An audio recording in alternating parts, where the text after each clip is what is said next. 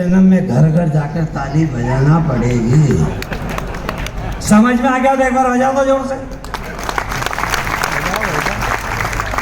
ऐसे भगवान महावीर का जन्म 27 मार्च ईसा पूर्व 599 में हुआ। उस रोज जिस दिन जन्म हुआ उसका आनंद हम अभी तक मना रहे हैं। इसलिए निवेदन करना चाहता हूं, वीर दो प्रकार के होते हैं, एक युद्ध वीर होते हैं और एक धर्मवीर होते हैं। युद्ध वीर शत्रु को जीतता है, धर्मवीर स्वयं को जीतता है, शत्रुता को जीतता है। युद्धवीर दूसरों को जीतता है, धर्मवीर स्वयं को जीतता है। युद्धवीर संसार बढ़ाता है, धर्मवीर संसार घटाता है। युद्धवीर रक्तपात करता है, धर्मवीर रक्त सम्मान करता है। युद्धवीर शस्त्र बल से लड़ता है और धर्मवीर आत्मबल से लड़ता है। शस्त्र बल से लड़ता है उसे हम वीर कहते हैं और आत्मबल से लड़ता है उसे हम महावीर कहते हैं। शस्त्र की ताकत धार में होती है, शस्त्र की ताकत धार में होती है, वस्त्र की ताकत तार में होती है, परिवार की ताकत प्यार में होती है, समाज की ताकत परिवार में होती है, समाज की ताकत परिवार में होती है और धर्म की ताकत आचार में होती है। आचरण धर्म है, जैन की पहचान उसका आचरण है। जैन के घर में अजैन पैदा हो सकता है और अजैन के घर में जैन आचरण के कारण पैदा हो सकता है। ये हमारे लिए बहुत गौरव की बात है। मैं आपसे दो बात पूछूंगा, दो बात। टाटिया जी, मैं आपके लिए तो बोलने आया हूं। मैं एक बात, पहली बात पूछता हूं, सच बताओ, ये जो जैन शब्द है ये जातिवाचक है कि गुणवाचक है? जोर से बोलो। गुणवाचक। गुणवाचक, जातिवाचक तो नहीं ना। Jain it is not caste but it is a mentality. एक मनोवृत्ति का नाम है, एक आचरण का नाम है, वो है जैन है। आचरण हमारी पहचान है।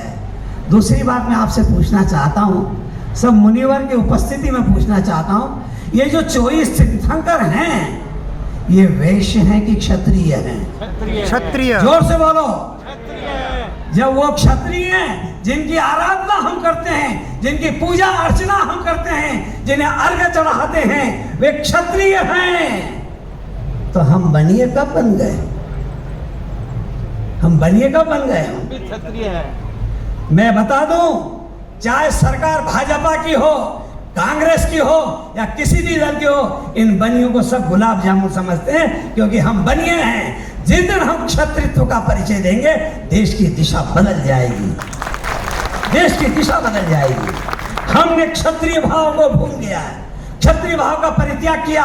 आज क्षत्रिय भाव को अगर किसी ने जीवंत रखा है, इन साधु भगवंत ने रखा है, नंगे पैर इस तीर्थंकरों की धरा को नाप लेते हैं, पैसा पास नहीं रखते, न किसी का डर है, न किसी का भय है, न किसी को भय पैदा करते हैं, न किसी के भय में आते हैं। यह क्षत्रित्व का भाव है जो सबको संरक्षण प्रदान करता है, सबको आश्रय प्रदान करता है। जीव मात्र जहां आकर आनंद का अनुभव करता है, यह महावीर का दरबार है। यहाँ सब अभय है, न कोई छोटा है, न कोई बड़ा है, न कोई किसी जाति का है। जो महावीर को मानता है, इस देश की धरती पे पैदा हुए उस महापुरुष को मानता है जिसने अहिंसा का संदेश दिया, वह सब जैन है, सब जैन है। मेरे मित्रों, पर मेरी एक बात पूछना चाहता हूँ, कभी आपका बच्चा आपके पास आया, उसने पूछा, पापा जी 1857 से 1947 तक 90 वर्ष तक देश में स्वतंत्रता का आंदोलन चला था, इसमें से 5 जैन क्रांतिकारी या 5 जैन स्वतंत्रता संग्राम सेनानी के नाम बता दो। क्या उत्तर है अपने पास? क्या उत्तर है हमारे पास? तो क्या जब स्वतंत्रता का आंदोलन चला था उस समय क्या जैन घर में घुसकर बैठा हुआ था? क्या तराजू से तोलकर माल तोल रहा था? क्या था?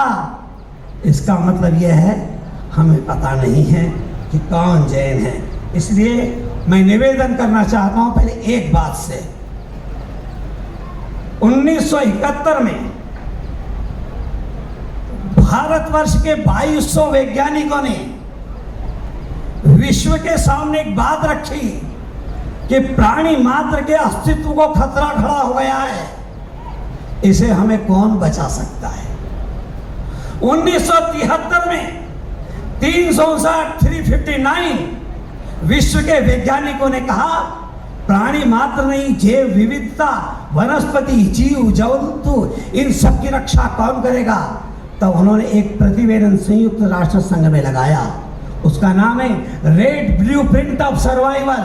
उन्होंने कहा विश्व की मानवता को बचाना है, विश्व की वनस्पति को बचाना है, जन जीवों को बचाना है, पक्षियों को बचाना है, तो हमें जैन शरण में जाना होगा। अहिंसा और संयम के मार्ग से ही हम इस मानवता को बचा सकते हैं। यह संयुक्त राष्ट्र संघ में प्रतिवेदन अभी है जिसका नाम है रेड ब्लूप्रिंट ऑफ सर्वाइवल, और इसके लिए प्रत्येक व्यक्ति जो जैन मत का पालन करता है वह गौरव का अनुभव करता है, क्योंकि विश्व के को बचाने का मंत्र किसी के पास है, जियो और जीने दो, तो भगवान महावीर ने हमें दिया है। मैं तब निवेदन करना चाहता हूं मेरे मित्रों, एक शब्द चलता है महाराज जी, जैनत्व क्या है। जैनत्व क्या है? लोग कहते हैं कि way of life, way of life. बहन जी यही कहते हैं ना, जैनत्व क्या है? Way of life. मेरा कहना है कि अगर थोड़ा सा इसमें सुधार कर लिया जाए तो क्या हरकत है। ये वे ऑफ लाइफ तो है, पर ये पर्याप्त नहीं है, ये विजन ऑफ लाइफ है। समझ में आ गया तो बजाओ, ये विजन ऑफ लाइफ है। जैन हमें जीवन जीने की कला तो सिखाता है, जैन एक दृष्टि देता है, प्राणी जगत के प्रति एक रिश्ता बनाता है, सबको जीने का अधिकार दिलाता है। ये विजन ऑफ लाइफ है। और इसलिए मैं निवेदन करना चाहता हूं कि यदि कोई गुंडा आपके घर में घुस आए और आपकी बिटिया का हाथ पकड़ कर ले जाए, खींच कर ले जा रहा हो, मैं इस सदन से पूछना चाहता हूं जैन की अहिंसा क्या कहती है। बेटी को बचाओ। आपके घर में गुंडा घुस जाए, आपकी बेटी का हाथ पकड़कर खींच कर ले जा रहा हो, उस समय जैन की अहिंसा क्या कहती है? हाथ जोड़कर कहेंगे हम अहिंसावादी हैं, हम हाथ नहीं उठा सकते हैं, हम आपसे प्रार्थना करते हैं हे गुंडा महाराज आप इसे छोड़ जाइए। वो गुंडा कहता है कल सवेरे छोड़ जाऊंगा, आप क्या कहोगे? मेरा स्पष्ट मान्यता है उस गुंडे को दंड देना ही जैन दर्शन की अहिंसा है। उसका मान मर्दन करना यही अहिंसा है, उसका प्रतिकार करना यही अहिंसा है। कायरता, डरपोकपन दिखाना यह अहिंसा नहीं है। अहिंसा वीरों का आभूषण है, कायरों का आभूषण अहिंसा नहीं हो सकती। इसलिए वीरों का आभूषण है। अरे वीर ही किसी की रक्षा कर सकता है, कायर किसी की रक्षा नहीं कर सकता। चलिए मैं आगे अपनी बात को निवेदन करने के साथ ये बात कहना चाहता हूं, 11वीं शताब्दी में खारवेल नाम का राजा हुआ है, कलिंग का राजा था वह। डेमेस्ट्रियस विदेशी आक्रमणकारी ने आक्रमण किया मथुरा के मैदान में। खारवेल ने जमकर मार लगाई उसको। खारवेल ने डेमेस्ट्रियस को मथुरा के मार्ग से इस देश से बाहर निकाल दिया। 250 वर्षों तक इस देश में कोई विदेशी आक्रमण नहीं हुआ, पर हम नहीं जानते कि खारवेल जैन था। भूख लग रही है, ताली भी नहीं बजा पा रहे, क्या रे जैन है। लड़ा वो, देश के लिए काम किया उसने, हम ताली भी नहीं बजा पाते, ये हमारी देशभक्ति है। मैं निवेदन करता हूं चंद्रगुप्त मौर्य, जिनका राज्याभिषेक जैन पद्धति से हुआ, जिन्होंने श्रवण बेलगोला में आचार्य भद्रबाहु से मुनि दीक्षा लेकर चंद्रगिरी पर्वत से मोक्ष को प्राप्त किया, वह जैन था, हम नहीं जानते। चाणक्य, जिसने अंतिम समय में संथाला लेकर अपने जीवन पूर्ण किया। जैन पद्धति पर कितना विश्वास था। विक्रमादित्य जिसके कारण विक्रम संवत चलता है, वह आश्रम से जैन थे। उड़ीसा का राजा महामेघवान जिसके कारण उदयगिरी और खंडगिरी जो तीर्थ स्थान हमको मिलते हैं, महामेघवान जैन था, हम नहीं जानते। हरिहर का राय दक्षिण भारत का राजा, वह जैन था। चामुंड राय सेनापति, वह जैन था। सेनापति गंग, वह जैन था। दंडनायक महागंगराज, वह जैन था। वीरबल्लाल जिसने श्रवण बेलगोला की रक्षा की, वह जैन था। इतना ही नहीं, कुमारपाल गुजरात का राजा जिसने जैनत्व का पालन करते हुए शत्रु सेना का पराभव किया था, वह जैन था। वस्तुपाल, तेजपाल जिन्होंने जीवन में 63 बार युद्ध किया, एक भी बार पराजित नहीं हुए, वह जैन था। बहराइच उत्तर प्रदेश का राजा सुहलदेव राय, विदेशी आक्रमण हुआ सालर मसूद का, तब उन्होंने दरबार बुलाया। दरबार में कहा आक्रमण हुआ, क्या करना चाहिए? आधे दरबारियों ने कहा युद्ध करना चाहिए, आधे ने कहा नहीं। उन्होंने पूछा क्यों नहीं? बोले यमन लोग आगे गाय रखते हैं, हम शस्त्र चलाते हैं, गाय मरती है, पाप लगता है, इसलिए युद्ध नहीं करना चाहिए। सुहलदेव राजा ने पूछा एक बात बताओ, अगर युद्ध नहीं किया परकीय राज्य हो जाएगा, मंदिर टूटेंगे, महिलाओं की इज्जत लूटी जाएगी, पशु काटे जाएंगे, पक्षी काटे जाएंगे, इतना पापाचार्य होगा, वह युद्ध से अधिक होगा या युद्ध से कम होगा? तो युद्ध करना चाहिए। सेनापति को बुलाया, युद्ध में हमें विजय कैसे हो सकती है? आगे गाय रहेगी। महाराज हमने ऐसे बाण बनाए हैं, जब बाण चलेगा शत्रु की गर्दन भी कटेगी और टकराते से विस्फोट होगा, जिससे गाय भाग जाएगी और शत्रु सेना के सामने हम होंगे, हमारी विजय होगी। इसी प्रकार विजय हुई। सुहलदेव राय के कारण 150 वर्षों तक इस देश पर विदेशी आक्रमण नहीं हुआ। सुहलदेव राय जैन था, हम नहीं जानते। वर्तमान में प्रधानमंत्री ने इस कोरोना के काल में 40 फीट ऊंची सुहलदेव राय की प्रतिमा का वर्चुअल उद्घाटन किया है, जो हमारे लिए जैन गौरव है। मेरे आप सब लोगों ने महाराणा प्रताप के संग्राम का वर्णन सुना होगा। उसमें एक प्रसिद्ध युद्ध है हल्दी घाटी। हल्दी घाटी के युद्ध में 1,65,000 सेना अकबर बादशाह की ओर से लड़ने के लिए आई, 22,000 सेना राणा प्रताप की ओर से लड़ने के लिए आई। इस 22,000 सेना में 14,000 भील राणा पुंजा के नेतृत्व में थे, 500 ब्राह्मण गोपीनाथ जगन्नाथ राजपुरोहित के नेतृत्व में थे, 500 पठान हकीम शाह सूरी के नेतृत्व में थे, 500 रेदासी कालीचरण के नेतृत्व में थे। उनके राज्य की 36 जातियां थी, नाई, धोबी, माली, गुजर, जाट, यादव, अहीर, ऐसी 36 जातियां लड़ने के आई थी। उनके बीच 1,000 जैन, भामाशाह, उनका भाई ताराचंद, उनका बेटा सोंडा, रतनचंद भचावत, कल्याण परिहार, जगन्नाथ महासानी, रतनचंद मेहता के नेतृत्व में 1,000 जैन योद्धा लड़ने के लिए आए। 10:30 बजे 18 जून 1576 को यह युद्ध प्रारंभ होता है। उस समय राणा प्रताप आवाज लगाते हैं, मेरा प्रिय हाथी राम प्रसाद को छोड़ो और हकीम शाह सूरी को कहो हरावल की पंक्ति में खड़े रहकर युद्ध का मार्ग प्रशस्त करो। राम प्रसाद हाथी जाता है, रास्ता बनाता है, हकीम शाह सूरी मारते काटते हुए आगे बढ़ता है। फिर राणा प्रताप की सेना शत्रुओं की छाती पे पैर रखते हुए हर हर महादेव का नारा लगाते हुए आगे बढ़ती है, दायां हिस्सा साफ कर देते हैं। उसी समय 12:30 बजे आवाज लगती है, भामाशाह 1,000 सैनिकों को लेकर दक्षिण के हिस्से पर टूट पड़ता है। उस समय उनका बेटा सोंडा, जिसकी उम्र मात्र 16 साल की थी, वह दोनों हाथों में तलवार लेकर रुंड मुंड काट रहा है, शत्रु सेना का संहार कर रहा है। बड़े बड़े मुगल सरदारों ने लड़ना बंद कर दिया। कहा, या अल्लाह ताला, कौन है इसकी अम्मी जान जिसने इसे नरवीर को पैदा किया है? जिसकी तलवार चलती है तो रुकते ही नहीं है। 16 साल का सोंडा जैन है, कैसा पुरुषार्थ था हमारा, हम उसे भूल जाते हैं। मैं निवेदन करना चाहता हूं, आप लोगों ने झांसी की रानी का नाम सुना है? झांसी की रानी 3 अप्रैल 1858 झांसी छोड़कर निकली। विजय करते हुए वह ग्वालियर पहुंची जून में। 15 जून को रात को सेना में विद्रोह हो गया। रानी साहब 3 महीने हो गए, वेतन नहीं मिला, भूखे पेट कब तक लड़ेंगे।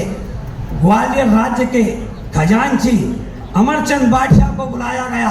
अमरचंद बाठिया से पूछा क्या चाहती हैं?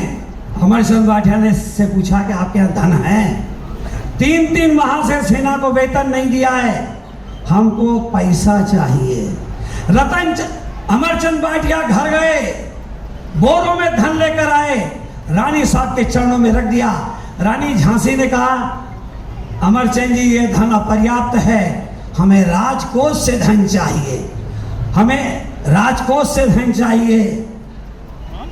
मैं जैन हूं, शासन का धन दे सकता हूं, पर वो मेरे जैनत्व को कलंक लग जाएगा। देश धर्म के लिए पहले मैंने अपने धन का समर्पण किया है, अब अगर आप कहते हैं तो मैं राजकोष से धन देता हूं। धन दिया गया, 5 माह का वेतन दिया गया। 18 जून 1858 को झांसी की रानी गोदूली बेला में लड़ते हुए बलिदान हो गई। उस समय उसकी आयु 21 वर्ष 7 माह 13 दिन थी। 18 जून को अंग्रेजों का आधिपत्य हो गया। 19 जून को अमरचंद बाठिया को गिरफ्तार कर लिया गया, झूठा मुकदमा चलाया, तुमने राजद्रोह किया है। 21 जून को उनको फांसी की सजा घोषित हो गई।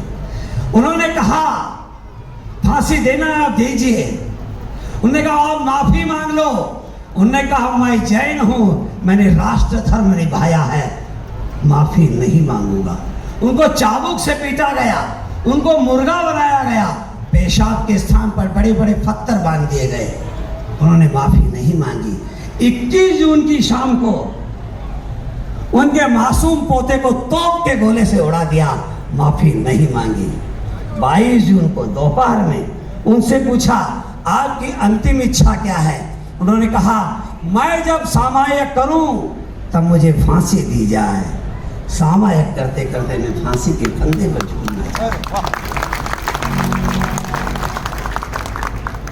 जिस डाली से बांधा हुआ डाली टूट गई, जिस रस्सी से बांधा हुआ रस्सी टूट गई, उनका सामायिक पूरा हो गया। अंग्रेजों ने देखा अरे सामायिक पूरा हो गया, अब क्या किया जाए? और कहा मैं नौकार मंत्र का जाप करता हूं, आप मुझे फांसी दीजिए। राष्ट्र धर्म के लिए नौकार मंत्र के माध्यम से मैं प्रभु की शरण जाना चाहता हूं। 22 जून 1858 को उनको फांसी दी गई, उनके घर के सामने सराफा बाजार ग्वालियर में।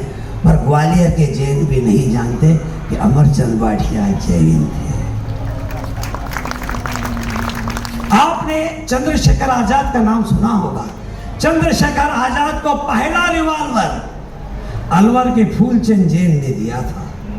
उन्होंने अपने बयान में कहा वो स्वयं क्रांतिकारी थे, उनकी पत्नी चमेली देवी क्रांतिकारी थी। जब वो जेल में थी उनकी लड़की ऊपर से गिरकर मर गई, माफी नहीं मांगी। उनकी एक आंख फूट गई, माफी नहीं मांगी। उनका पोता श्रीनिवासन पत्रकार है दिल्ली में, उसने ये कहानी लिखकर मुझे भेजी है। मैं उन सब का हृदय से अभिनंदन करता हूँ। एक उदाहरण सुनाकर बात पूरी करूंगा। दाल की खुशबू आने लगी है मुझे। एक बात सुनाकर, आप सब लोगों ने आचार्य विद्यासागर जी का नाम जरूर सुना होगा। मैं आज सब प्रदर्शनी देखने गया था, उस समय मुझे बताया कि आचार्य ज्ञान सागर जी जो उनके गुरु थे, उनका टिकट जारी हुआ था, सवेरे मुझे दिखाया था। आचार्य ज्ञान सागर जी ने पुस्तक लिखवाई है, उसका नाम है कर्तव्य पथ प्रदर्शन। उसमें उन्होंने लिखवाया गुजरात के राजा पर एक आक्रमण हुआ, मुगल आक्रमण। राजा ने सेनापति को बुलाकर पूछा क्या तैयारी है? सेनापति का नाम था आबू जैन, ध्यान रखिएगा, सेनापति का नाम था आबू जैन। आबू क्या तैयारी है? रणसिंगा फूकिए, रणवाद्य बजेंगे, सेना निकलेगी, जमकर युद्ध होगा और हम विजयी होकर लौटेंगे। तुम्हारा ये विश्वास है? जी हाँ प्रभु, हमारी पूरी तैयारी है। रणसिंगा बजा, रणवाद्य बजे, सेना निकली, जमकर युद्ध हुआ। आबू जेन दोनों हाथों में तलवार लेकर रंड मुंड काट कर धरती को लाल कर रहा है, खून की नदियां बहा रहा है। पहले युद्ध सूर्योदय से सूर्यास्त तक होते थे। सूर्यास्त का समय हुआ, आबू जेन ने दोनों तलवारें म्यान में डाली, घोड़े से कूदा, हाथ धोया, कपड़ा बिछाया, प्रतिक्रमण करने के लिए बैठ गया। एक इंद्रिय जीवों से क्षमा याचना करता हूँ, 2 इंद्रिय जीवों से क्षमा याचना करता हूँ, 3 इंद्रिय जीवों से क्षमा याचना करता हूँ। राजा घबराया, अरे ये मनुष्य तो पंचेंद्रिय जीव है, कल युद्ध का क्या होगा? ये तो 1 इंद्रिय, 2 इंद्रिय, 3 इंद्रिय जीवों से क्षमा याचना कर रहा है। दूसरे दिन प्रातःकाल हुआ, रणवाद्य बजे, रणभेरी बजी।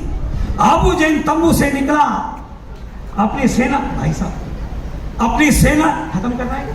नहीं, चालू। अपनी सेना लेकर जमकर युद्ध किया, मार काट मचा दी, विजय हुई, विजय दरबार लगा। आबू जेन को पुकारा गया, आबू जेन आया, तलवार निकालकर राजा रानी का सम्मान किया। रानी कहती है, आबू मेरी आंखों के सामने 2 दृश्य हैं। एक और तो तुम रुंड मुंड काट कर शत्रु सेना का नाश कर रहे हो, और एक तरफ तुम कपड़ा बिछाकर प्रतिक्रमण कर रहे हो, ये क्या है? आबू जेन ने जो उत्तर दिया, यहाँ जितने युवा बैठे हैं वो कान खोल कर सुन ले, दुनिया को उत्तर देने लायक उत्तर था। उन्होंने कहा, रानी साहब मैं जैन दर्शन का प्रति श्रावक हूं। श्रावक का धर्म अहिंसा है। मन की निर्मलता और आत्मा की दृढ़ता के लिए मैंने प्रतिक्रमण किया है, ये मेरा व्यक्तिगत धर्म था। मैंने अपने व्यक्तिगत धर्म का पालन किया है, मगर यह शरीर इस राष्ट्र के अन्न से बना है। राष्ट्र पर आए हुए संकट का निवारण करना, शत्रु का मानवर्धन करना, ये मेरा राष्ट्र धर्म है। जैन दर्शन दुनिया का वह दर्शन है जो व्यक्तिगत धर्म और राष्ट्र धर्म की स्पष्ट व्याख्या करता है। हम कायरों के संतान नहीं हैं, हम वीरों की संतान हैं। हम कायरों की संतान नहीं, हम वीरों की संतान हैं। सबसे अधिक टैक्स देते हैं, सबसे अधिक दान देते हैं, सबसे अधिक त्याग करते हैं, सबसे अधिक इस धरती से प्यार करते हैं, इस धरती से प्यार करते हैं।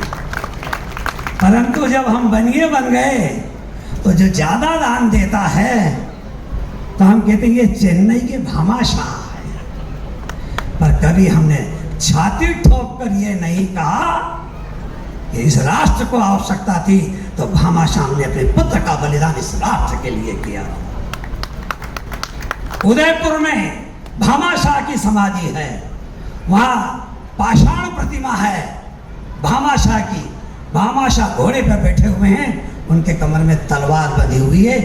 वीर दर्शन ही समाज में वीरता पैदा करेगा। जिस समाज को अपने इतिहास का गौरव नहीं, उसे इस धरती पर जीने का अधिकार नहीं है, उसे अपने जीने का अधिकार। मैं बहुत घटनाएं सुना सकता हूँ, बहुत चर्चाएं बता सकता हूँ मैं आपने। आप लोगों ने एक नाम सुना होगा, अर्जुन लाल सेठी, वे प्रसिद्ध क्रांतिकारी थे। बेलूर की जेल में, अजमेर के थे, बेलूर की जेल में उन्हें बंद किया गया था। उनका नित्य का नियम था, भगवान जिनेंद्र देव के दर्शन करूंगा तभी भोजन करूंगा। जेल में वह थे, 56 दिन तक वह व्यक्ति ने अन्न जल ग्रहण नहीं किया। 56 दिन तक। अंग्रेजों ने को पता लगा एक कैदी ऐसा है जो अन्न भी नहीं लेता और पानी भी नहीं लेता है, और वह जीवित है। वो देखने आए, भाई तुम क्यों नहीं ले रहे हो? दुनिया में अंग्रेज सरकार की बदनामी होगी, भगवान जिनेंद्र देव के दर्शन करूंगा तभी मैं अन्न जल ग्रहण करूंगा। सरकार झुकी, जेल में जैन प्रतिमा आई, उन्होंने दर्शन किया। जैन व्रत का सामर्थ्य कितना है, 56 दिन भूखे रहकर भी अपने व्रत का पालन किया है। रामचंद्र नागड़ा खंडवा सुंदरलाल जैन पनागर, जबलपुर, ऐसे सैकड़ों जैन क्रांतिकारी जेल में थे। जब पर्युषण पर्व आया, उन्होंने कहा जब प्रतिमा जेल में आएगी, हम पर्युषण पर्व भगवान का पूजन करेंगे, स्नान करके पूजन होगा, उसके बाद ही अन्न लेंगे, नहीं तो नहीं लेंगे। सरकार झुकी, जेल में जैन प्रतिमा आई और जेल में सोत्साह पर्युषण पर्व मनाया गया। ये हमारा सामर्थ्य था। मैं जब देख रहा था चित्र, वो जब मुझे बता रहे थे तो मैंने उनको बताया कि ये मुंबई विश्वविद्यालय में राजाबाई क्लॉक टावर है, जो 280 फीट ऊंचा है। 1878 में रायचंद पिता प्रेमचंद ने अपनी माता के लिए ये राजाबाई क्लॉक टावर बनाया था।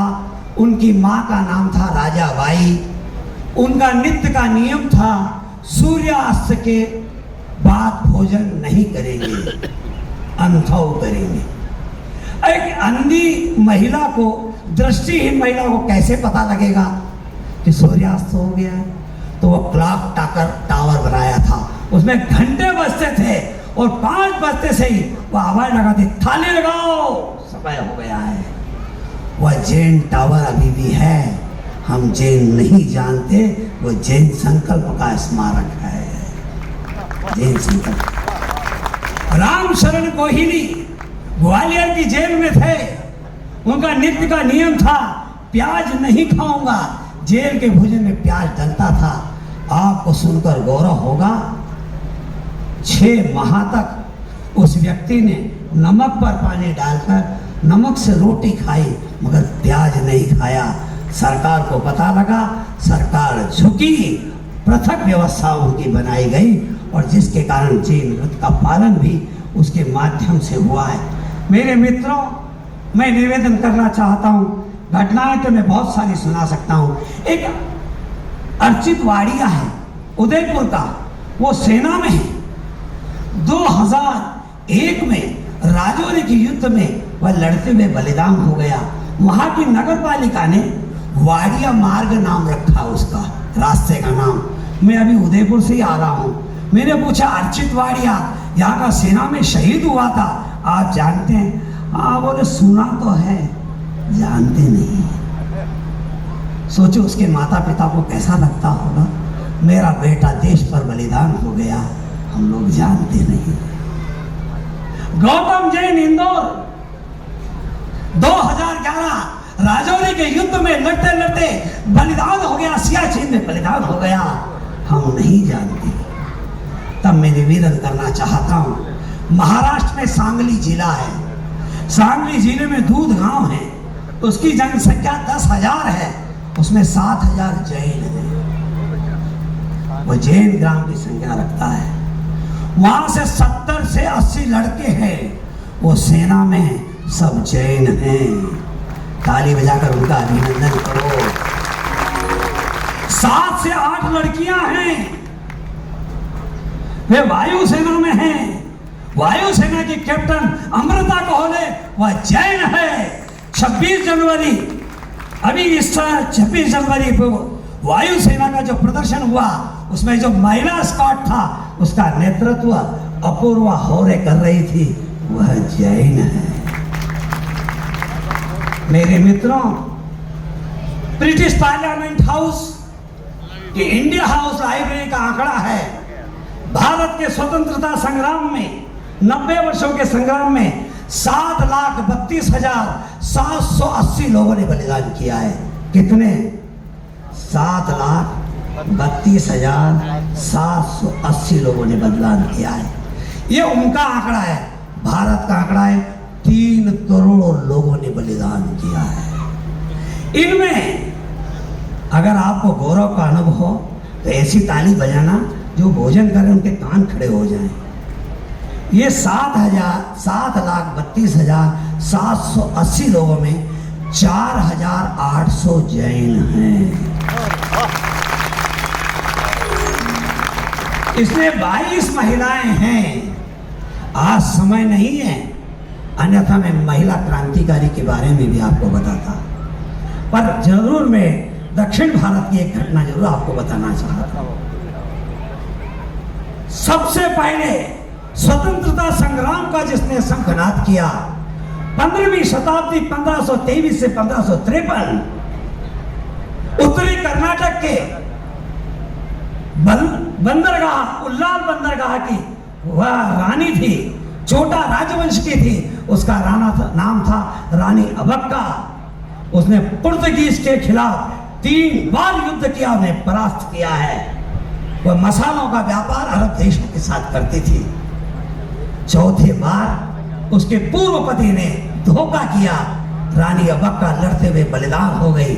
मूड बदली तीर्थस्थान की वह संरक्षिका है। उल्लाल के चौक में और बेंगलोर के चौक में रानी अबक्का की मूर्ति लगी हुई है। बेंगलोर के लोग नहीं जानते रानी अबक्का जैन थी। उसके नाम पर सेना की टुकड़ी का नाम रानी अबक्का है। वायु सेना का उसका नाम अबक्का, जल सेना का की टुकड़ी उसका नाम रानी अबक्का है। हम नहीं जानते कितना बड़ा गौरव उसके साथ खड़ा हुआ है। मैं बहुत सारी घटनाएं आपके सामने सुना सकता हूं, समय की सीमा है। और संचालक महोदय पीछे से मुझे चिट्ठी भेजे, कुर्ता खींचे, भाई साहब बंद कर दो, दाल बनी नहीं गई, बघार में लग गई है। किसी का भी जीवन में समय हो जाता है, या तो यमराज को पता होता है या संचालक को पता होता है। उसके पहले मैंने अपनी वाणी को विराम देना चाहिए। मैं सच बताता हूं, जितने लोग यहां बैठे हैं जिन्होंने इस देशभक्ति की बात को सुना है, मैं आपकी देशभक्ति को प्रणाम करता हूं। ऐसे समय टीवी का मोह छोड़कर, बीवी का मोह छोड़कर, भोजन का मोह छोड़कर बनिया आदमी यहां बैठा हुआ है। यह आश्चर्य की बात है। बनिया जितना करता तो वसूल भी करता है, मगर आपके उदारता के भाव को मैं प्रणाम करता हूं और आपके जैनत्व को प्रणाम करता हूं। पर एक निवेदन करना चाहता हूं, दुनिया में सबसे ज्यादा बुद्धिमान आदमी है तो वो जैन है, और बुद्धिमान होने के कारण वो संगठित नहीं होता। सब कुछ हो सकता है पर जैन संगठित नहीं हो सकता। मैं सारे भारत में घूमता हूं, जाट संगठित है, गुर्जर संगठित है, पाटीदार संगठित है, मराठा संगठित है। सबसे ज्यादा बुद्धिमान इस जैन को क्या हो गया? आने वाला जो समय है वह संगठन की आवाज के कारण ही हम विजयी हो सकेंगे।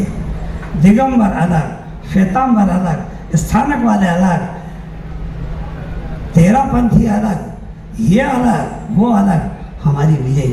वैसे तो मुट्ठी भर तो है ही अपन, सारे भारत में मुट्ठी भर हैं। और ये जब चारों फिरकों का विचार करें तो चुटकी चुटकी भर हैं हम, और वो भी संगठित नहीं है। ऐसा दृश्य है। तब मुझे एक उदाहरण याद आ रहा है। उदाहरण ऐसा है, एक पक्षी ने समुद्र के तट पर अंडे दिए। पक्षी प्रसन्न था, संध्या की ठंडी हवा और भरपेट उसे खाने के लिए समुद्र के तट पर मिल जाता था, प्रसन्न था। एक दिन समुद्र को मस्ती सूझी, उसने क्या किया, अपनी लहरों को उन अंडों तक पहुंचा दिया। पन्नालाल जी साहब, समुद्र अंडे बहा ले गया। पक्षी ने देखा यहाँ कोई मनुष्य नहीं, अंडे कौन ले गया? ये समुद्र ले गया। समुद्र का आवाज लगाई पक्षी ने, ऐ समुद्र मेरे बच्चों के अंडे लौटा दे। समुद्र ने नहीं सुना। ऐ समुद्र बच्चों के अंडों को लौटा दो, नहीं सुना। ऐ समुद्र अंडे लौटा दे, नहीं सुना। पक्षी का स्वाभिमान जागृत हो गया। पक्षी ने कहा, ऐ समुद्र अगर तेने अंडे नहीं लौटाए तो मैं तुझे सुखा दूंगा। समुद्र ने अट्टहास किया, तू मुझे सुखा देगा? इतना विशाल, इतना गहरा हूं, जानता नहीं तो? पक्षी ने कहा, हाँ सुखा दूंगा। पक्षी अपने काम में लग गया। चोंच में पानी भरना, बाहर फेंकना, चोंच में पानी भरना, बाहर फेंकना। पक्षियों ने देखा भैया क्या कर रहे हो ये? समुद्र को सुखा रहा हूं। क्या तुम समुद्र को सुखा सकते हो? उन्होंने कहा व्यर्थ की सलाह नहीं, मैंने मांगी नहीं। व्यर्थ की सलाह नहीं, व्यर्थ का सुझाव नहीं, देना है तो साथ दो। पक्षी ने कहा ये तो पक्षी धर्म का सवाल है, पक्षी धर्म का सवाल है। अब तो धर्म का सवाल है तो हमको लगना पड़ेगा। जितने पक्षियों ने सुना सब समुद्र पर टूट पड़े। चोंच पे पानी भरना, बाहर फेंकना, चोंच में पानी भरना, बाहर फेंकना। सारे भारत में समाचार हो गया, सारे भारत के पक्षी समुद्र पर टूट पड़े। फिर चीन, जापान, अमेरिका, इंग्लैंड, रूस, थाईलैंड, सब जगह समाचार गया। वहां के पक्षी भी टूट पड़े। पानी भरना फेंकना, पानी भरना फेंकना। उनके राजा गरुड़ ने देखा ये पक्षी सब समुद्र पर क्यों जा रहे हैं। उन्हें पक्षी को पूछा, भैया कहाँ जा रहे हो? समुद्र को सुखाने। हाँ, तुम समुद्र को सुखा सकते हो, व्यर्थ की बहस नहीं, व्यर्थ की सलाह नहीं, देना है तो साथ दो। पक्षी धर्म का सवाल है। गरुड़ ने कहा मैं राजा हूं, मेरी प्रजा लगी हुई है समुद्र को सुखाने। वो जब जाने लगा तो विष्णु भगवान ने कहा कहाँ जा रहे हो गरुड़ जी? समुद्र को सुखाने। हाँ, समुद्र को सुखा सकते हो तुम? बोले भगवान व्यर्थ की सलाह नहीं,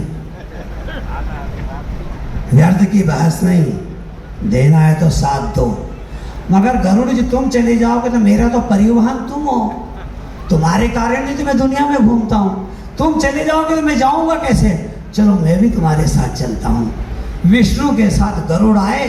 गरुड़ अपने काम में लग गए। समुद्र तिलमिला उठा, प्रभु आप क्यों आए? एक बार त्रेता में आप आए थे, लंका जाने का मार्ग मांगा था आपने। जब मैंने रास्ता नहीं दिया, आपने धनुष बाण तान लिया था, तब मैंने आपको रास्ता दिया। आप क्यों आए? बोले व्यर्थ की बहस नहीं, व्यर्थ की सलाह नहीं, देना है तो साथ दो। पक्षी के अंडे लौटा दो, वरना त्रेता में हुआ है वो आज कलयुग में हो जाएगा। समुद्र झुक गया पक्षियों की शक्ति के सामने।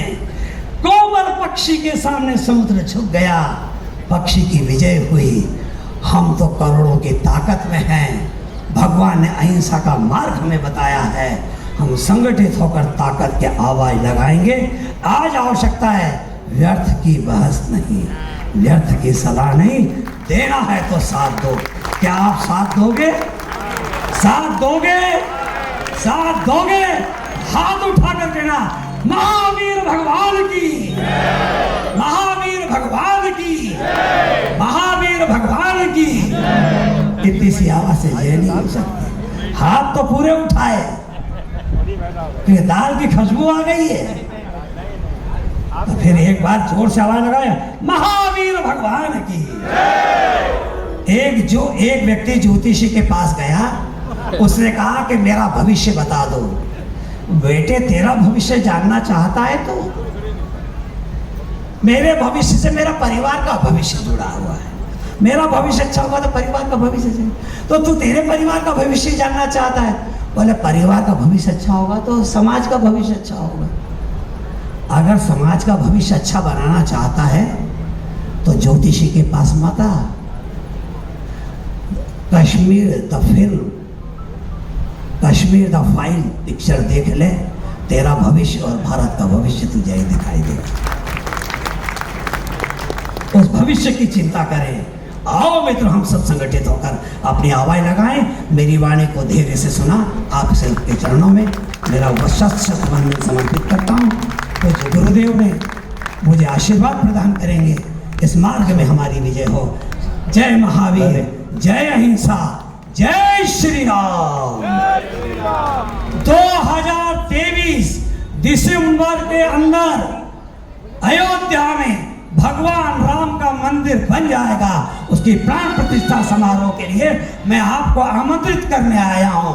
हम सब दिसंबर 2023 में अयोध्या में मिलेंगे। जय श्री राम, जय भीम, जय